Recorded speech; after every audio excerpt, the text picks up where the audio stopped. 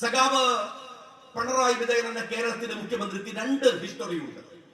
ഒന്ന്, ഈ അധികാരം പിടിച്ചെടുക്കാൻ വേണ്ടി അദ്ദേഹം ആദ്യം നടത്തിയത് പാർട്ടി പിടിച്ചെടുക്കലാണ്. പാർട്ടി പിടിച്ചെടുക്കാൻ അദ്ദേഹം വി.എസ്. അച്യുതാനന്ദനെ വെട്ടി.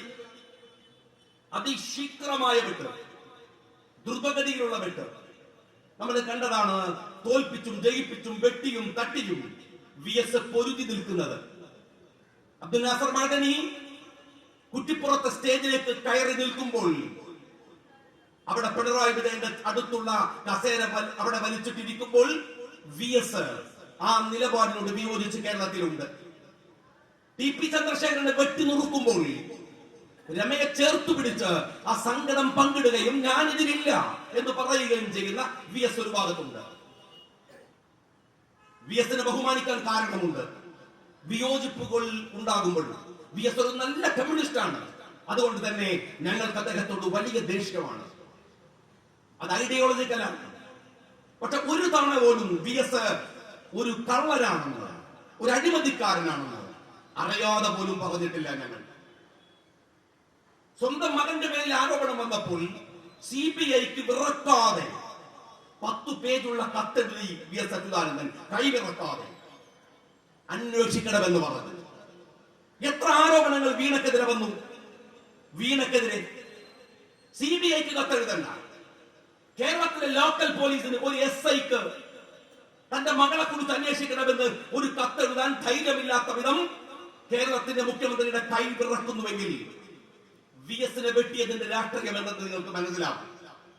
വി.എസിനെ വെട്ടി പാർട്ടി പിടിച്ചു. എളമരം കരീമിനെ, മോഹനനെ, അങ്ങനെ തുടങ്ങിയ ഒരു നിരയെ മുഴുവൻ തന്റെ കൈവെള്ളയിലേക്ക് കൊണ്ടുവന്ന് കാസർഗോഡ് മുതൽ തിരുവനന്തപുരം വരെ ജൈത്രയാത്ര നടത്തി.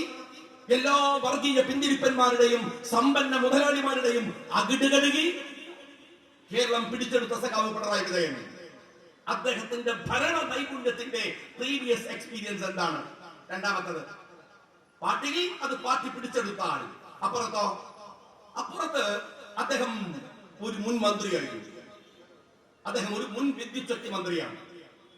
സഖാവ് പിണറായി വിജയൻ കേരളത്തിലെ മുൻ വിദ്യുത് ശക്തി മന്ത്രി എന്ന നിലക്ക് ഇപ്പോഴും ഫേമസ് ആണ്. എങ്ങനെയാ ഫേമസ് ആവുന്നത്? അദ്ദേഹം കേരളത്തിലെ ഏറ്റവും കുറഞ്ഞ നിരക്കിൽ വൈദ്യുതി ഉൽപ്പാദിപ്പിച്ച ആൾ എന്ന നിലക്കാണോ? വൈദ്യുതി ചാർജ് കുറച്ചു കൊടുത്ത ആൾ എന്ന നിലക്കാണോ? വൈദ്യുതി ഏറ്റവും കൂടുതൽ ഉൽപ്പാദിപ്പിച്ച ആൾ എന്ന നിലക്കാണോ? ഇതൊന്നുമല്ല. അദ്ദേഹം അറിയപ്പെടുന്നത് കേരളം കണ്ട ഏറ്റവും ഭീകരമായ ലാവ്ലിൻ കേസ് എന്ന് പറയുന്ന അഴിമതി നടത്തിയിട്ടാണ് അദ്ദേഹത്തിന്റെ ആദ്യത്തെ അഡ്മിനിസ്ട്രേഷൻ കപ്പാസിറ്റി അയാൾ പ്രൂവ് ചെയ്യുന്നത്. എന്ന് വെച്ചാൽ അദ്ദേഹം മുഖ്യമന്ത്രിയാവുന്നതിന് മുമ്പ് ആരായിരുന്നു എന്ന് ചോദിച്ചാൽ 40 തവണ സുപ്രീം കോടതി മാറ്റിവെച്ചിരിക്കുന്ന ഒരു കേസിലെ കള്ളനാണ്. കക്കത്തോടെ കള്ളനാണ് വിളിക്കാറ് പൊതുവെ. അതുകൊണ്ടാണ് പറയുന്നത്. അഴിമതിക്കാരെന്ന് വേണമെങ്കിൽ രാഷ്ട്രീയത്തിൽ നന്നാക്കി പറയാം. പക്ഷെ ഇത് കളവാണ്. ഒരാളെ കട്ടാൽ അയാളോട് സമാധാനം പറഞ്ഞാൽ മതി. പക്ഷെ ഒരു രാജ്യത്തെ മോഷ്ടിച്ചവനാണ്. ഇതാണ് പ്രീവിയസ് എക്സ്പീരിയൻസ്. അദ്ദേഹം ഭരണം കയ്യിലേക്ക് കൊണ്ടുവരുമ്പോൾ അദ്ദേഹത്തിന് ഒരുപാട് ഹഡിൽസുകളുണ്ട്, ബുദ്ധിമുട്ടുകളുണ്ട്. ഒന്ന്, തന്റെ അഴിമതി കേസ് പുറത്തു വന്നാൽ മുഖ്യമന്ത്രി പദമടക്കം ചോദ്യം ചെയ്യപ്പെടും. അതൊരു ടെൻഷനുണ്ട്. രണ്ടാമത്, അദ്ദേഹത്തിന്റെ സ്വതസിദ്ധമായ അഴിമതി മറച്ചുവെക്കാൻ കഴിയുകയുമില്ല. അതുകൊണ്ട് മന്ത്രിസഭയുണ്ടാക്കി മുഖ്യമന്ത്രിയാവുന്നതിന് മുമ്പ് തന്റെ പേഴ്സണൽ സെക്രട്ടറിയായി കേരളത്തിലെ IAS ഉദ്യോഗസ്ഥന്മാരിലെ ഏറ്റവും കറപ്റ്റഡായ, എല്ലാ തരത്തിലും ആക്ഷേപങ്ങളുള്ള ശിവശങ്കരനെ തന്റെ പേഴ്സണൽ സെക്രട്ടറിയാക്കി. ശിവശങ്കരൻ അവസരം മോശാക്കിയില്ല.